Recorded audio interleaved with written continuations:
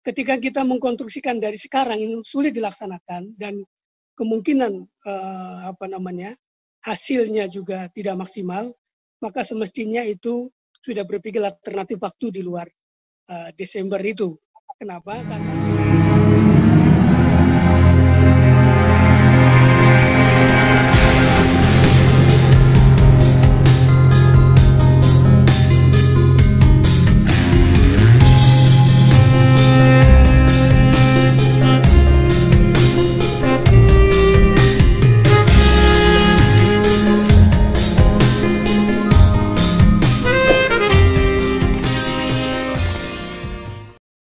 kami mengucapkan selamat Idul Fitri dan mohon maaf lahir batin.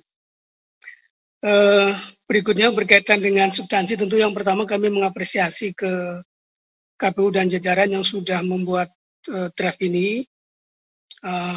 Yang sesungguhnya waktu pertemuan terdahulu ini dulu yang kita bicarakan, baru kita bicara tahapan. Memang ini problem yang perlu kita sama-sama clearkan dulu.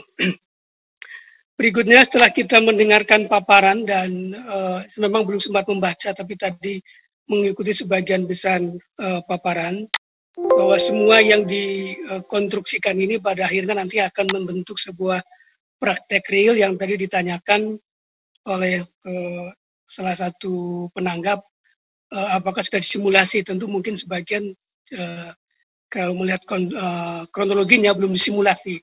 Tapi dari konstruksi yang saya bayangkan itu memang cukup pelik dan rumit tahapan dan prosedur ini. Karena itu ini menjadi tantangan ke depan semua pihak. Nah, yang berikutnya ada beberapa catatan yang mungkin sebagian disebut berkaitan dengan jaminan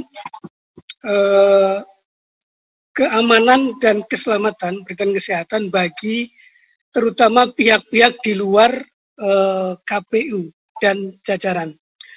Pengertiannya begini, kalau misalnya KPU sebagai sebuah institusi pelayanan dalam proses ini, apakah sudah bisa menjamin ketika akan melakukan pelayanan itu sudah clear atau sudah petugasnya sudah terjamin tidak dalam kondisi terpapar. Pengertiannya adalah apakah ada semacam tes, apakah rapid test ataukah swab bagi petugas KPU sebelum melaksanakan sebuah tahapan untuk menjamin ketika orang mau berhubungan dengan KPU, misalnya mau datang pencalonan mau apa sudah clear. Juga termasuk ketika di TPS. Saya terus terang kalau melihat paparan tadi, saya masih termasuk yang khawatir bahwa pemilih belum mendapatkan jaminan bahwa seluruh petugas yang akan melakukan pelayanan di TPS itu adalah clear. Karena tadi belum dijelaskan misalnya berapa hari sebelum melakukan pelayanan itu seluruh petugas di TPS dan seterusnya yang itu adalah sudah dites swab bahwa mereka semua clear. Nah, kalau ini tidak dilakukan, tentu mungkin resikonya banyak yang tetap was-was untuk datang ke TPS. Itu untuk kaitannya dengan ini. Tapi meskipun saya juga memahami kalau tes ini cuma 7 hari, biayanya juga cukup mahal. Ini perlu didiskusikan. Yang kedua, konstruksi untuk dari perspektif calon. Sepintas kalau saya konstruksikan untuk calon non petahana sepertinya harus agak jauh lebih sulit. Pertama, dia bisa jadi tadi teman-teman partai menyampaikan bahwa kepastian dia sebagai calon bisa last minute, kemudian kampanyenya terbatas, jumlah pesertanya terbatas. Jadi waktu dia untuk berkomunikasi dan meyakinkan visi misi itu menjadi sangat terbatas. Dan sebaliknya untuk pemilih pun makin sulit memahami visi misi calon. Dengan demikian ini menjadi kendala di tingkat calon. Yang berikutnya adalah tadi juga di PPDB masih ada proses yang direct terutama kalau ada keraguan terhadap pemilih, itu harus akan ditemui langsung. Itu juga apakah aman, menurut saya itu juga risikonya cukup tinggi, baik untuk petugas maupun untuk pemilih. Yang berikutnya, saya termasuk yang di DPD mendiskusikan membaca Perpu itu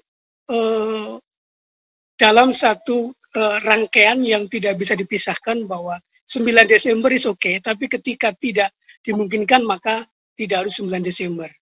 Ketika kita mengkonstruksikan dari sekarang ini sulit dilaksanakan dan kemungkinan hasilnya juga tidak maksimal, maka semestinya itu sudah berpikir alternatif waktu di luar Desember itu.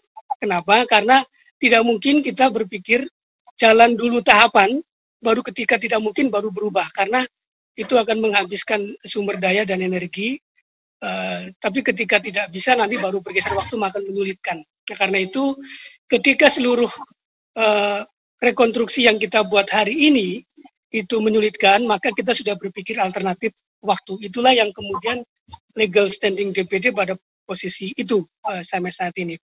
Karena itu kami berharap juga dipertimbangkan oleh KPU untuk visibilitas ini, karena di beberapa daerah yang kami pantau, terutama di dapil kami sendiri, sebagian daerah masih terus bertambah jumlah kasus terpaparnya yang positif, sehingga risiko baik untuk petugas, untuk pemilih maupun untuk partisipan dalam konteks pilkada ini menjadi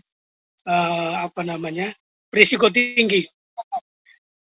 Terakhir, DPD berdasarkan raker dengan KPU di kesempatan awal dulu maupun dengan pemerintah, termasuk yang mempunyai pandangan evaluasi pilkada sebelumnya, banyak sekali yang harus ditindaklanjuti sesungguhnya sebelum pilkada berikutnya digulirkan. Karena itu DPD berkomitmen sebenarnya ingin menjaga kualitas pilkada.